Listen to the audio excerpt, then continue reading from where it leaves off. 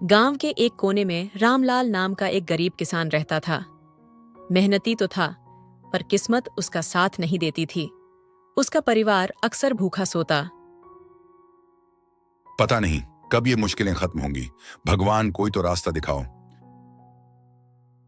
बच्चे भूखे सो रहे हैं, मैं उनके लिए क्या करूं? एक दिन जब रामलाल जंगल में लकड़ी काट रहा था, तभी रामलाल, ओ रामलाल, रामलाल चौंका और चारों ओर देखने लगा।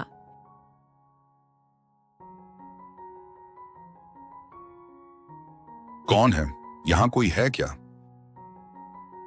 झाड़ियों के पीछे से एक बूढ़ी औरत प्रकट हुई। उसकी आंखें गहरी और मुस्कुराहट रहस्यमयी थीं।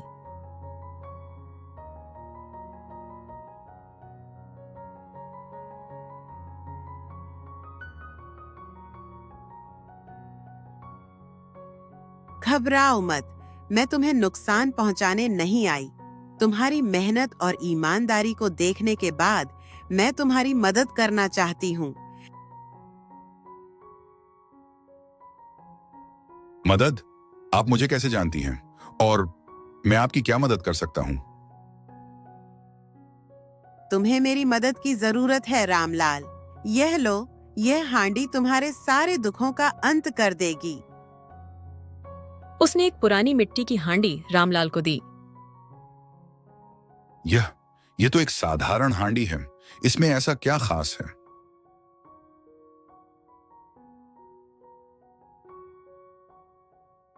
यह साधारण नहीं, जादुई है।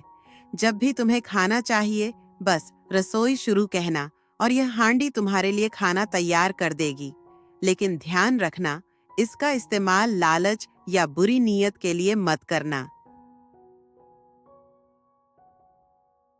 रामलाल ने हांडी को धन्यवाद कहा और घर लौट आया।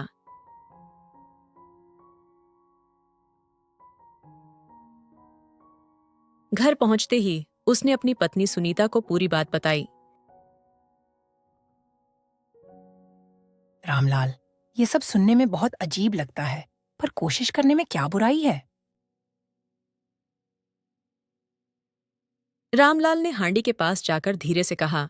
रसोई शुरू। अचानक हांडी से भाप उठी और गर्मा गर्म रोटियां और खुशबूदार सब्जी निकलने लगी।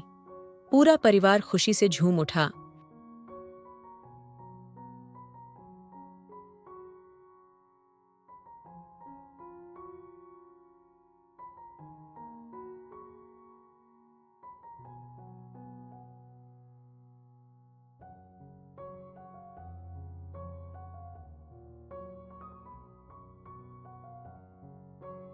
वाह पिताजी, ये तो किसी चमत्कार से कम नहीं। उस रात रामलाल और उसका परिवार वर्षों बाद पेट भर खाना खाकर सोया।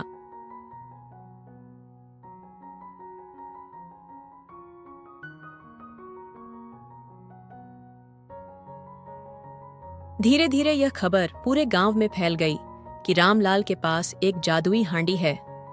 लोग उसके घर आने लगे। रामलाल, हमें थोड़ा खाना दे दो। हमारे घर में आज अनाज नहीं है।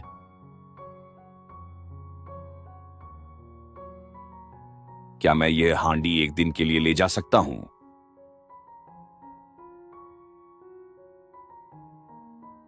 रामलाल ने समझदारी से कहा।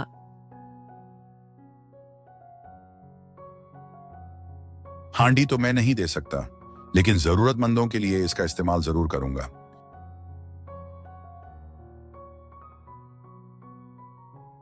हर दिन हांडी से खाना बनाकर वह गांव के गरीबों को खिलाने लगा।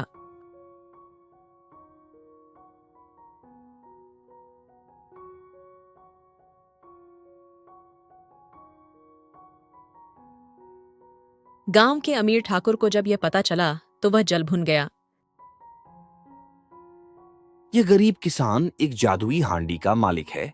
ये तो मेरे घर में होनी चाहिए। मुझे वह हांडी चाहिए, चाहे कुछ भी हो।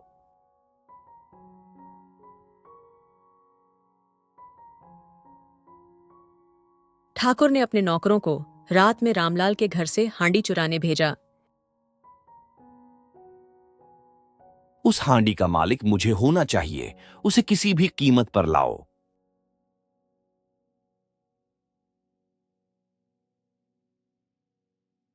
जी मालिक, आज रात ही काम हो जाएगा।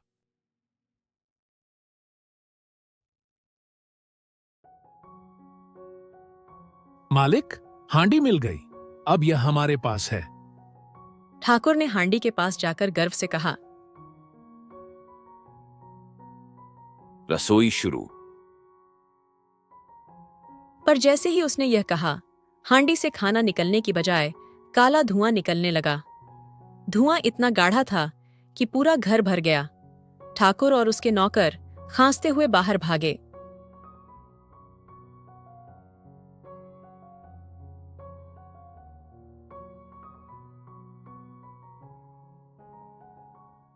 सुबह रामलाल ने देखा कि उसकी हांडी गायब है।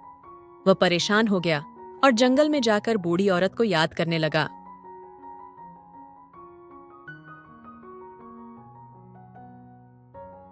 माँ, मेरी हांडी खो गई। मैंने इसे कभी बुरी नीयत से इस्तेमाल नहीं किया। अब क्या करूं?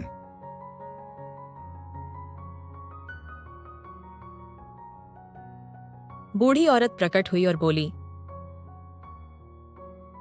रामलाल, चिंता मत करो। यह हांडी केवल ईमानदार लोगों के लिए है। वह खुद ही तुम्हारे पास वापस आ जाएगी।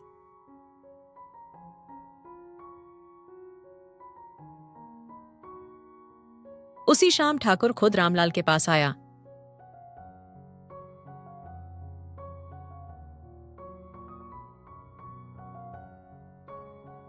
रामलाल, मुझसे गलती हो गई। मैंने हांडी चुराने की कोशिश की, लेकिन यह मेरे काम नहीं आई।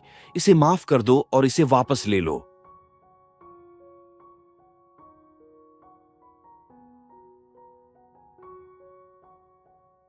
रामलाल ने हांडी वापस ले ली और कहा। ठाकुर साहब, यह हांडी किसी के लालच के लिए नहीं, जरूरतमंदों की मदद के लिए बनी है।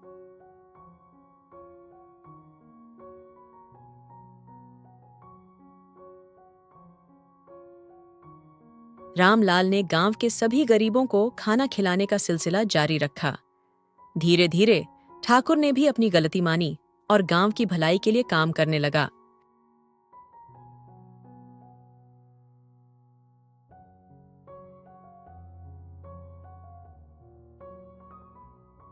ईमानदारी और परोपकार ही इस दुनिया का असली जादू है।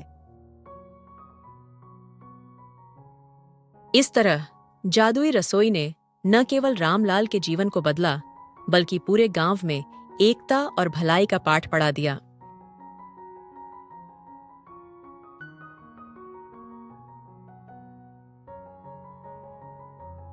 जादू चीजों में नहीं, हमारे कर्मों में होता है। जब हम दूसरों की भलाई के लिए कुछ करते हैं, तो जिंदगी खुद हमें खुशियों से भर देती है।